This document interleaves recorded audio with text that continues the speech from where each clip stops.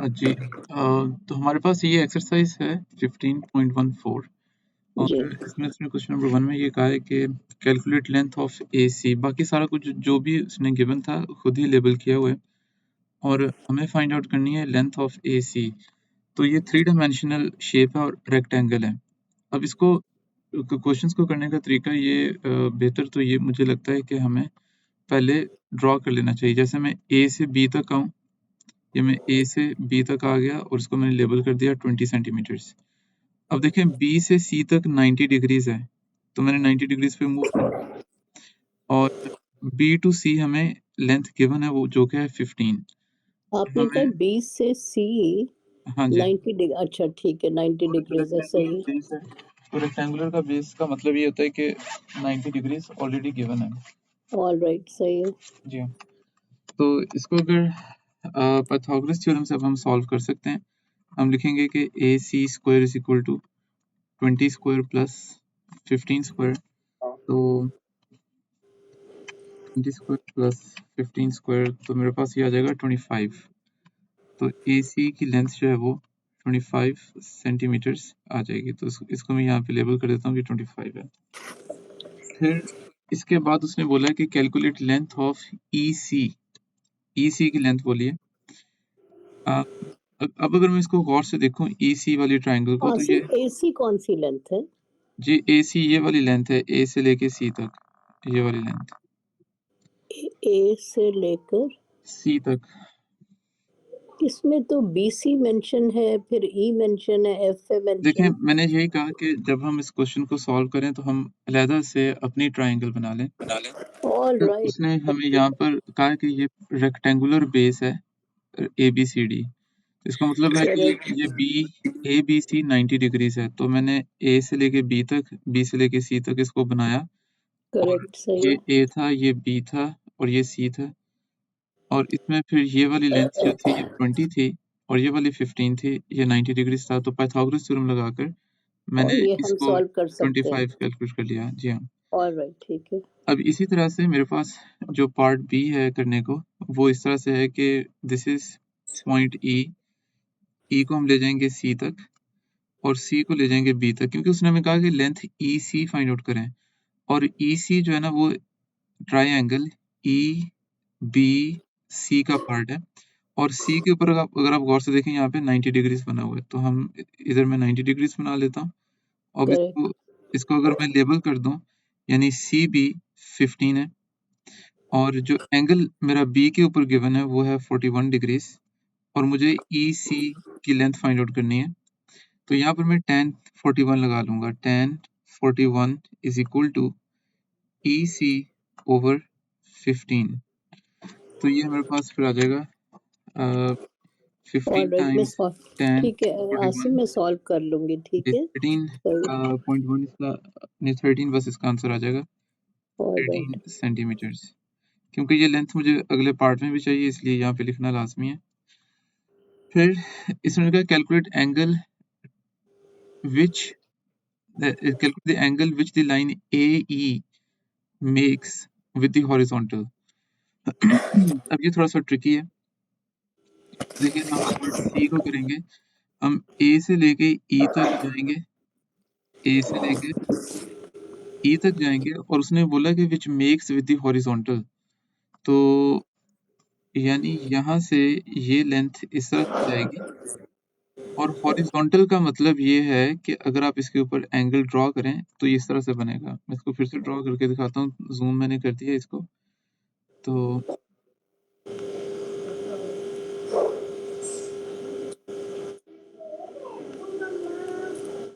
ये देखें AC जो हमें पूछता जा रहा है, इस क्वेश्चन को करने का आसान तरीका ये होता है कि उसको लेबल भी करते रहें और उसको बनाते भी रहें इसके ऊपर। तो ये वाली लेंथ 25 उसने गिवन थी, हमें ऑलरेडी गिवन थी।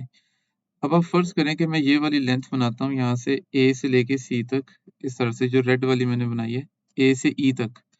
तो A से C तक तो वो हॉरिजॉन्टल यानी जो ग्राउंड है, बेस है, उसके साथ ये वाली लेंथ बनी हुई है और ये जो लेंथ थी मेरे पास ये थी 25 और ये वाली लेंथ जो थी ये 13 थी और ये वाला एंगल वो पूछ रहा है कि जो AE बेस के साथ जो एंगल बना रहा है वो आप लोग फाइंड आउट करो।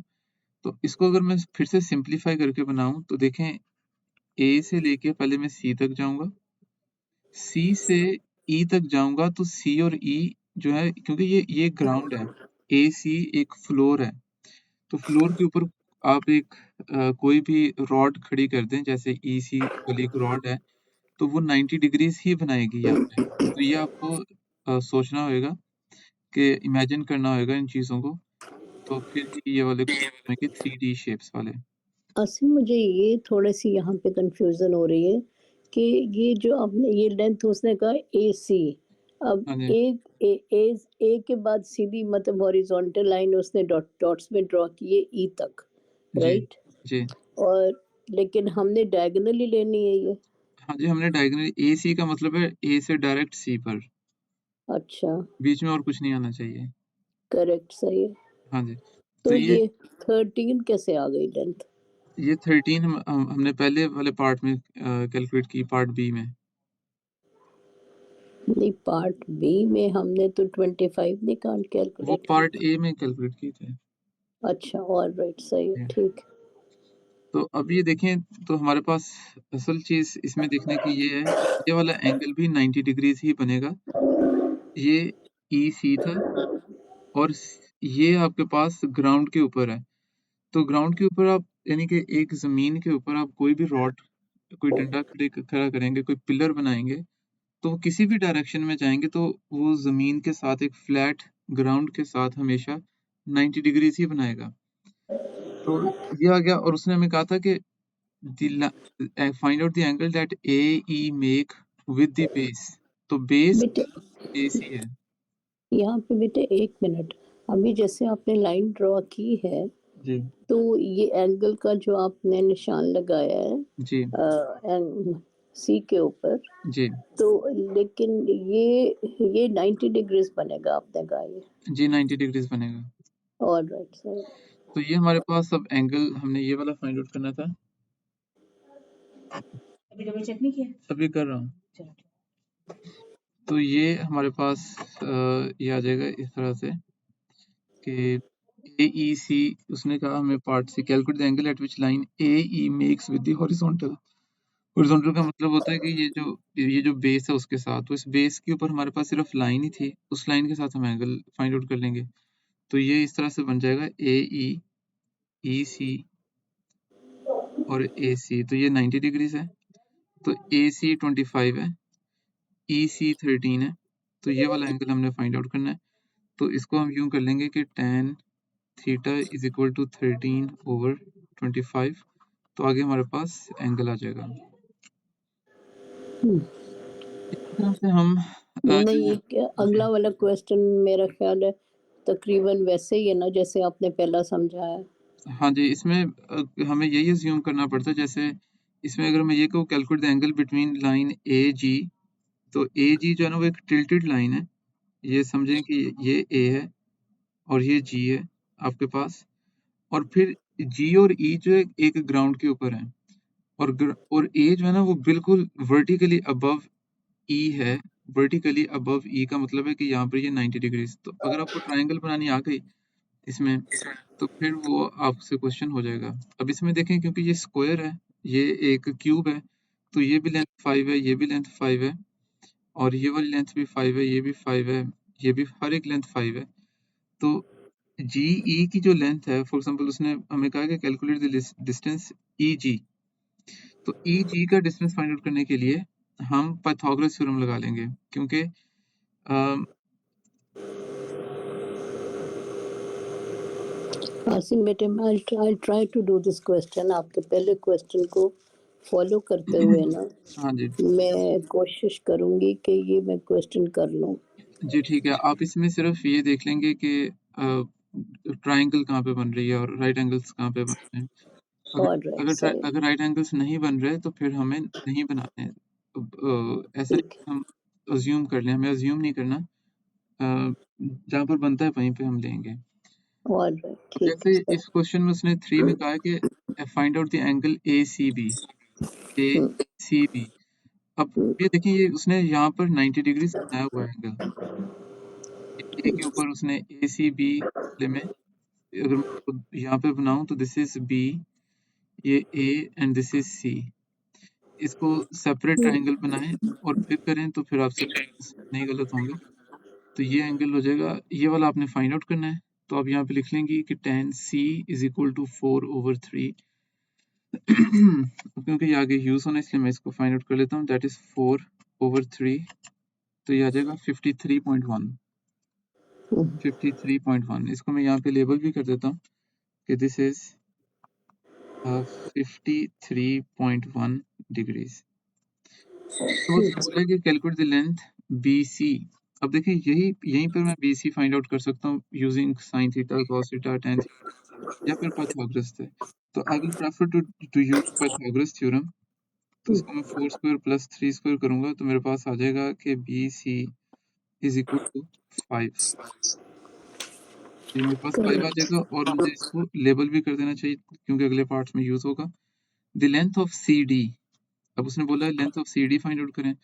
अब CD जिस ट्राइंगल के साथ है उसमें अगर आप गौर से देखें तो ए के ऊपर 90 डिग्रीज बन रहा है, क्योंकि अगर आप C से A की तरफ जाएं 3 मीटर तो A से 90 डिग्रीज बना हुआ है कि आपने D तक जाना है, D तक जाना है यहाँ से। अब AC और AD दोनों ही 3 हैं तो CD हमारे पास आ जाएगा CD square is equal to C square plus 3 square और CD हमारे पास आ जाएगा √18। तो आप √18 भी लिख सकते हैं इसको, या फिर आप इसको 3√2 भी लिख सकते हैं, या इसको डेसिमल्स में भी लिख सकते हैं, जैसे मर्जी लिखते हैं। ये 3√2 मैंने लिख दिया मीटर्स में। ऑलराइट। फिर उसके बाद उसने बोला है कि लेंथ BM फाइंड आउट करना है। अब अगर आप देखें तो BM इस तरह से है कि ये B है, B से मैं डायरेक्ट नीचे आऊंगा A तक और A से बिल्कुल 90, क्योंकि इसमें अगर हम क्वेश्चन को गौर से अगर हम पढ़ लें, उसने कहा डायग्राम शोज ए टेट्राहेड्रन ABCD। टेट्राहेड्रन का मतलब 4 साइड वाली शेप, 4 फेसेस उसके। M is the midpoint of CD। ऐसा है कि अगर आप B से A और A से बिल्कुल मिड पॉइंट पर आएंगे तो ये 90 डिग्रीज इसलिए बनेगा, ये 90 डिग्रीज इसलिए बनेगा क्योंकि इधर भी 3 है, इधर भी 3 है।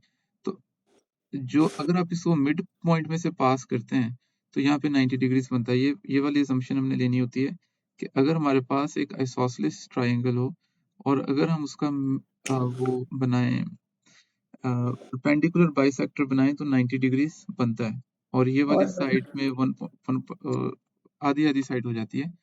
तो DC में हाँ, बस ये वाली बात मैं करना चाह रहा था कि AM तक आ गए हम लोग।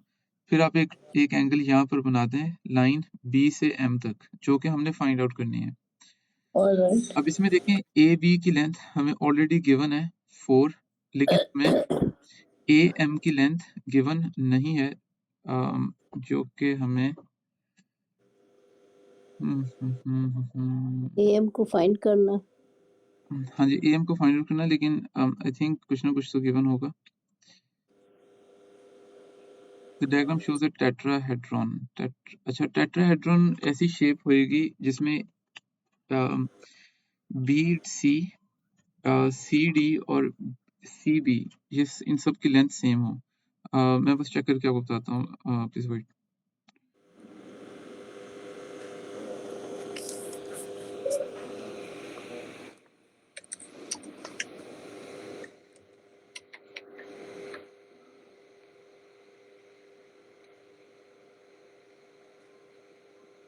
हाँ जी, all four vertices are equal distance from one another. तो ऑलराइट। क्योंकि वो उससे सेम डिस्टेंस पर है, इसका मतलब ये हुआ कि ये वाली लेंथ भी 5 है और D से लेके C तक जो डिस्टेंस था वो भी 5 था। तो इसका मतलब ये हो गया कि M से लेकर C तक का जो डिस्टेंस है, अब देखें हमें BM फाइंड आउट करने के लिए बाकी चीजें पहले फाइंड आउट करनी पड़ेंगी। तो मैं A से लेके M तक एक लाइन बनाऊंगा और M से 90 डिग्रीज पर C है, तो और एक AC है। अब AC तो मुझे 5 गिवन है और MC जो होगा वो गिवन होगा 2.5, हाफ हो जाएगा ना इसका 5 का। जी जी। पाइथागोरस थ्योरम से मैं फाइंड आउट कर लूंगा AM। तो AM square is equal to 5 square minus 2.5 square. तो 5 square minus 2.5 square, तो ये आ जाएगा हमारे पास 4.33। अभी देखें ये आ गया 4.33, तो AM को मैंने लिख लिया 4.33। अब आप BM फाइंड आउट कर लें यूजिंग पाइथागोरस थ्योरम अगेन। तो BM square is equal to 4 square plus 4.33 square. तो हम इसको लिख लेंगे 4 स्क्वायर प्लस 4.33 स्क्वायर। तो स्क्वायर रूट आंसर करेंगे तो हमारे पास आंसर आ जाएगा 5.89। तो हम लिख लेंगे BM is equal to 5.89। Alright, सही। तो BM अच्छा, हमारे पास आ गया 5.89। हाँ जी। अब वो कह रहे हैं कि एंगल BCD फाइंड आउट कर लें। BCD फाइंड आउट करना है ना, तो बहुत इजी है। देखें BCD ट्राइंगल बनाए आप यहाँ पे, ये आपके पास है BCD ट्राइंगल। अभी हमने देखा कि ये पार्ट है एक, this is part of tetrahedron, और टेट्राहेड्रॉन में सारी साइड्स सेम होती हैं, 5 5 और 5 है। और आपने ये वाला एंगल फाइंड आउट करना था BCD, जो कि बहुत इजी है फाइंड आउट करना। यहाँ पर आप कोसाइन रूल लगा सकते हैं। कोसाइन रूल नहीं लगाना तो आप यहाँ से अगर लाइन इस तरह से बनाएं, ये 90 डिग्रीज बनता है। और अभी हमने थोड़ी देर पहले देखा कि ये 2.5 था, यहाँ से लेकर यहाँ तक 2.5 है।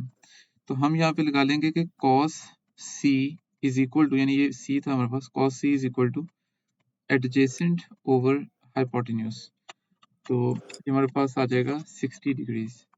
और अच्छा, इसके ऊपर वर्किंग करने की इतनी ज़्यादा ज़रूरत भी नहीं थी, क्योंकि अगर हमारे पास इक्विलेटरल ट्राइंगल हो, जैसे हमने कहा BC is equal to BD is equal to DC, तो इक्विलेटरल ट्राइंगल में जो एंगल्स होते हैं वो 60 डिग्रीज ही होते हैं। तो BCD वाला जो एंगल है वो हमारे पास 60 डिग्रीज आ गया है। करेक्ट, सही। अच्छा, आसिम,